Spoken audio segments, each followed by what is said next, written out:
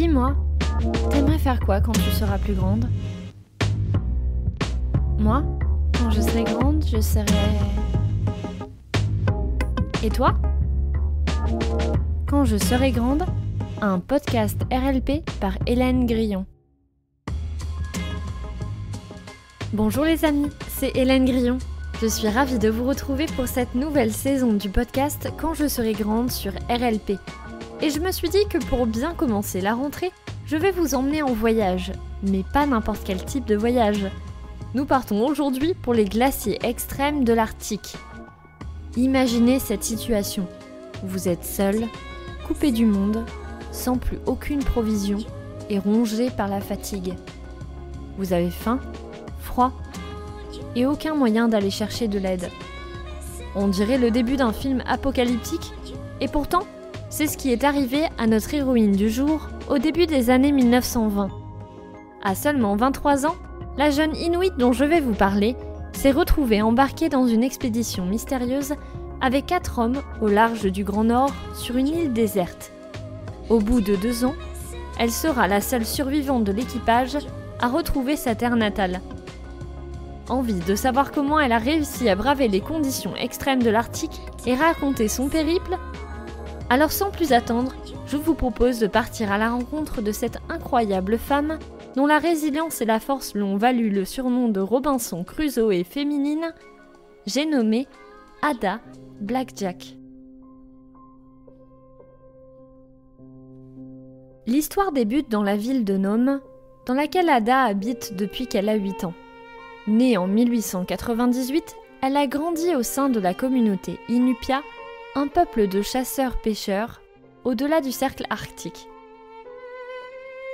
Mais ce n'est pas pour autant qu'Ada a appris à chasser et à se débrouiller seule dans des conditions extrêmes. Et par-dessus tout, elle ne peut pas croiser la route d'un ours polaire, sous peine d'être prise d'une crise de panique. Son éducation s'est alors plutôt dirigée vers les langues, l'étude de la Bible et, comme toutes les femmes de l'époque, la tenue d'un foyer. Mais aujourd'hui à Nome, depuis qu'elle a été abandonnée par son mari et laissée sans argent, Ada a dû se résoudre à placer son fils Bennett, atteint de la tuberculose, dans un orphelinat tout proche. Elle sait que pour le sortir de là, elle doit à tout prix trouver de l'argent.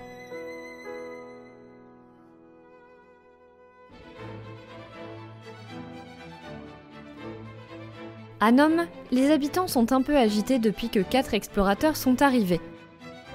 On raconte qu'un certain Vilhjálmur Stefansson prépare une expédition massive pour les sommets enneigés de l'Arctique.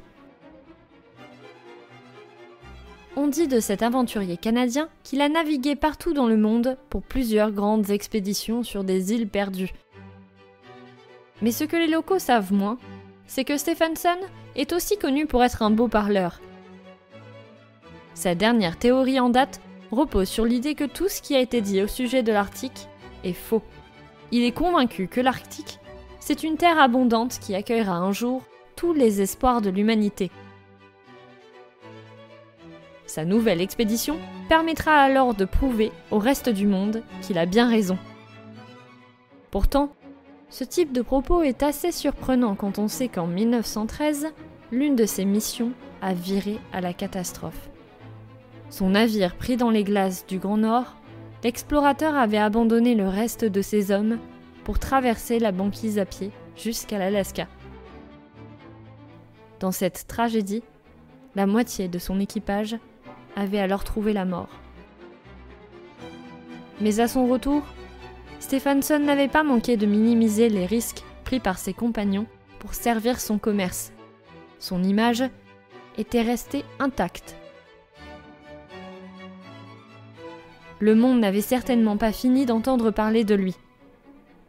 Ici, à Nome, il avait réussi à rassembler les foules autour de cette nouvelle expédition. D'ailleurs, il n'avait eu aucun mal à recruter 4 jeunes volontaires. Fervents admirateurs de Stefansson, ils étaient tous prêts à aller là où il les enverrait. Car oui, le célèbre explorateur n'avait pas prévu de les accompagner dans cette entreprise. Il s'occupait certes de la logistique, mais préférait laisser le cœur de l'exploration à la jeunesse.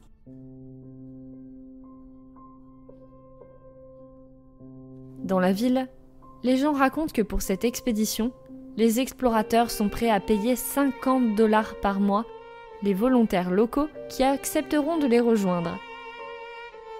Jamais Ada n'a gagné autant d'argent. Elle est bonne couturière et elle se débrouille assez bien en anglais. Mais elle sait que c'est la seule opportunité qui se présente pour elle d'offrir une vie meilleure à son fils et de le soigner dans un bon hôpital. Pendant au moins 1 an, elle est consciente qu'elle devra vivre loin de son fils, mais cette pensée la terrifie. En plus, elle ne sait pas comment survivre dans des conditions aussi extrêmes. Elle vit certes en Alaska, mais l'Arctique est connu pour être un endroit impitoyable. Alors elle n'a que cette idée en tête, se battre pour sa survie et surtout celle de son fils. C'est ainsi qu'elle est embauchée par un certain Alan Crawford. Le salaire promis représente à ses yeux une chance incroyable, mais lorsqu'elle embarque à bord du Silver Wave, Ada est prise de doute. Elle découvre qu'elle est la seule Inuit et la seule femme à faire le voyage avec ces 4 hommes inexpérimentés. Ils avaient pourtant promis que d'autres familles étaient intéressées. Elle pose alors la condition suivante, elle les accompagnera uniquement si d'autres locaux prennent part à l'expédition. Ils acceptent, mais cela se fera en chemin. Pas question de retarder d'1 jour le départ. Ada pèse le pour et le contre et rejoint l'aventure le 9 septembre 1921 avec Alan Crawford, Lorne Knight, Fred Maurer et Milton Gale.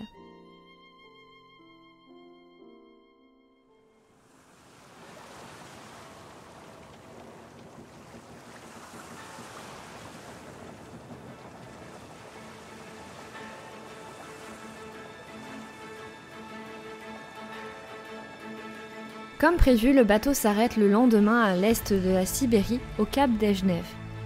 Ici, les explorateurs ne parviennent malheureusement pas à recruter de locaux. Ada aimerait rentrer, mais il est trop tard. Le voyage jusqu'à l'île se déroule alors sans trop d'accrocs, même si quelques bourrasques de vent ont rendu l'accès difficile.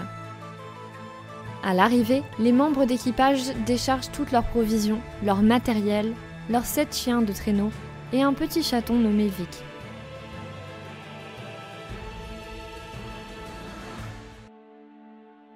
Premier coup au moral. Ils découvrent que l'île Wrangel est bien plus vaste et surtout bien plus stérile qu'ils ne l'avaient suspecté. Mais ils sont là pour remplir leur mission. Alors sans tarder, les 4 hommes hissent un drapeau britannique sur l'île. Au loin, le capitaine Hammer qui les a amenés jusqu'ici, un Américain arrivé dans l'aventure un peu par hasard, ne cautionne pas du tout cet acte et n'a pas envie d'en être complice. En ramenant le bateau en Alaska, il se dit qu'il ne peut pas laisser passer ça. Ce n'était pas non plus ce qui était prévu. Il répand donc la nouvelle à son retour de Sibérie. La presse s'empare du sujet et la confusion est générale. Stephenson n'avait donc qu'une seule idée en tête, fonder une colonie au nom de la couronne britannique. Lorsque la nouvelle parvient aux oreilles des concernés, personne n'est au courant au Royaume-Uni. Qu'espérait le célèbre aventurier avec cette mission ? Mettre la royauté devant le fait accompli ? En réalité, Stephenson aimerait surtout récolter les honneurs et s'enrichir à titre personnel avec les trouvailles de l'île Wrangel. Mais dans tout ça, a-t-il conscience des risques qu'ont pris sans le savoir ses membres d'équipage ? Sur cette île déserte, pas d'arbres, pas d'habitants, mais des paysages austères et du gravier noir.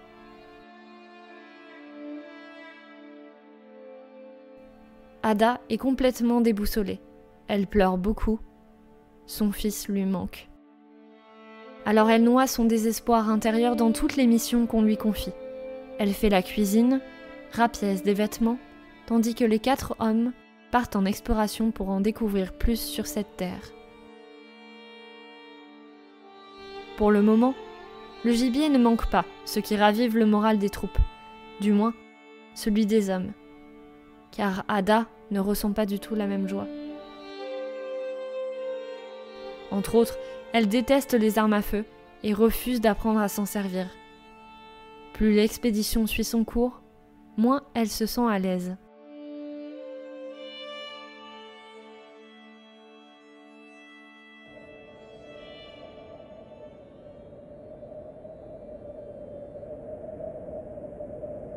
L'hiver approche bientôt et la banquise commence déjà à se former. Ada n'en peut plus de travailler dans ces conditions et se retrouve dans une détresse sans précédent. Elle fond de plus en plus souvent en larmes. Ses 4 compagnons de route, tous plus ou moins rustres, ne lui font pas non plus de cadeaux. Elle tente alors à plusieurs reprises de s'enfuir du camp, mais en vain. Chaque fois que le groupe part à sa recherche, la neige trahit ses pas. Ada les supplie alors à genoux de la laisser mourir. Mais ils n'ont que faire. À plusieurs reprises, ils l'attachent au mât du drapeau pendant des heures. Comme pour la punir, ils la privent même de repas pour l'obliger à retravailler. Ada hurle désespérément dans le froid, des prières que personne ne veut entendre. Entre la détérioration de ses relations avec les explorateurs et la nuit polaire qui s'installe, Ada se sent prise au piège. À partir de maintenant, Wrangel est plongé 2 mois dans l'obscurité.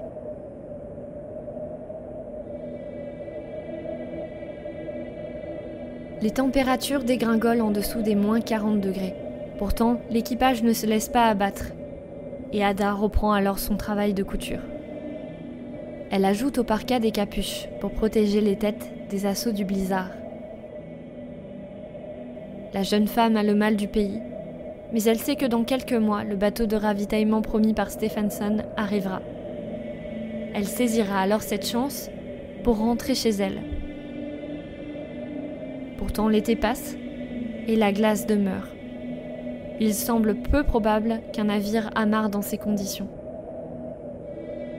Et en effet, personne n'arrive à la fin de l'été. À des milliers de kilomètres de là, Stephenson a manqué à sa promesse. Il n'a pas réussi à réunir les fonds pour affréter un bateau. En plus, toute cette affaire de drapeau a déclenché une enquête des autorités britanniques et disons que l'explorateur est dans le viseur de plusieurs gouvernements. Dans une dépêche londonienne de 1922, on peut notamment lire « Le gouvernement de Sa Majesté est étranger à cette expédition ».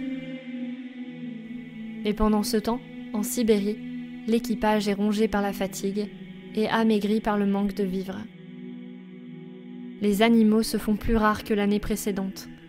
Dans les esprits, la peur de ne pas passer l'hiver fait frémir les corps. La situation est critique. En plus, Lord Knight est atteint du scorbut et doit rester au camp pour se reposer. L'équipage met alors au point un plan. Ada s'occupera du malade, tandis que les 3 autres prendront la route pour la Sibérie à travers la banquise pour trouver de l'aide. Mais ce sera la dernière fois que Knight et Ada verront leurs coéquipiers. Aucun n'arrivera à destination.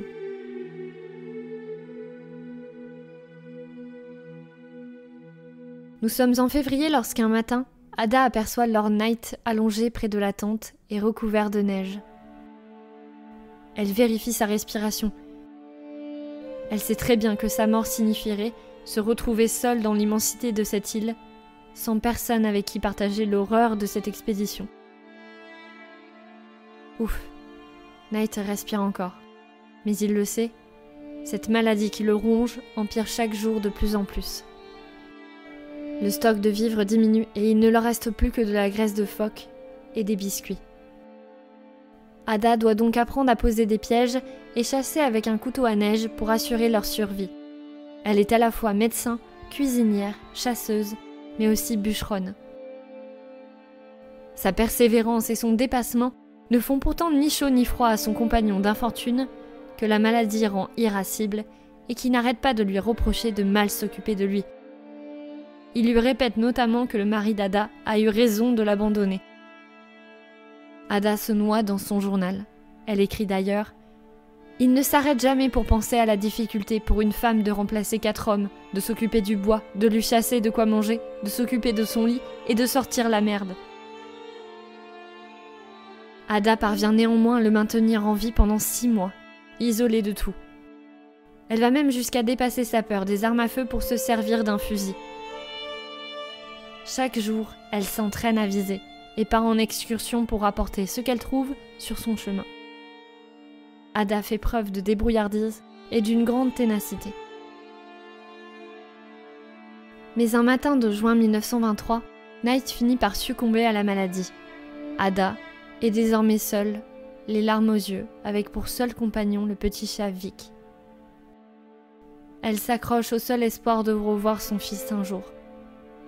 Les jours passent. Ada s'entraîne à chasser les oiseaux et construit même une plateforme au-dessus de sa tente pour guetter les ours polaires, elle qui en a une peur bleue.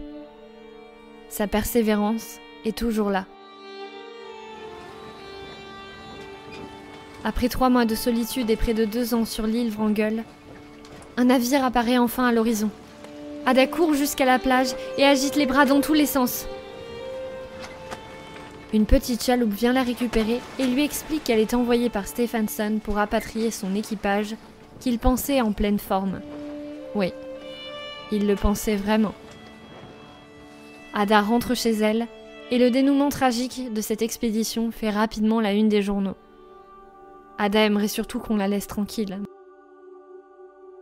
Grâce à son salaire, inférieur à ce qui lui avait été promis, elle peut néanmoins emmener son fils dans un hôpital de Seattle pour le faire soigner.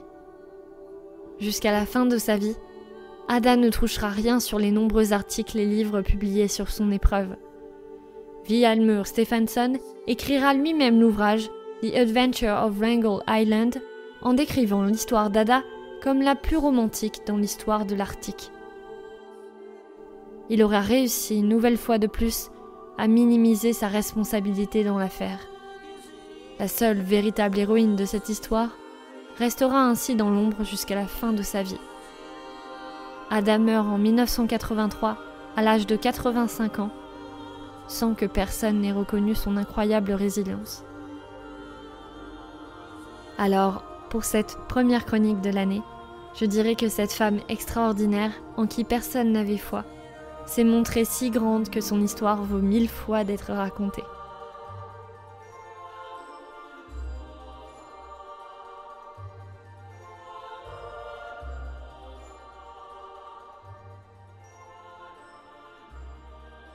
Voilà, rien que ça.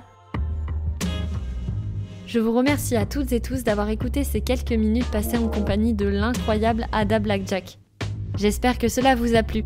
C'est le moment de conclure cet épisode, mais pas de tristesse car je vous donne rendez-vous dans 2 semaines sur un tout autre ton. Notre prochain portrait montre dès l'enfance des signes d'autisme qui compliquent sa relation avec le monde. Elle aura du mal à communiquer, ne supportera pas les bruits et les contacts physiques, et sera souvent incomprise.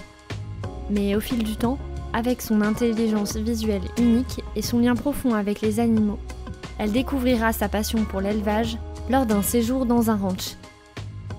Cette expérience la conduira à révolutionner l'industrie de l'élevage et en concevant des systèmes plus humains pour le bien-être des animaux.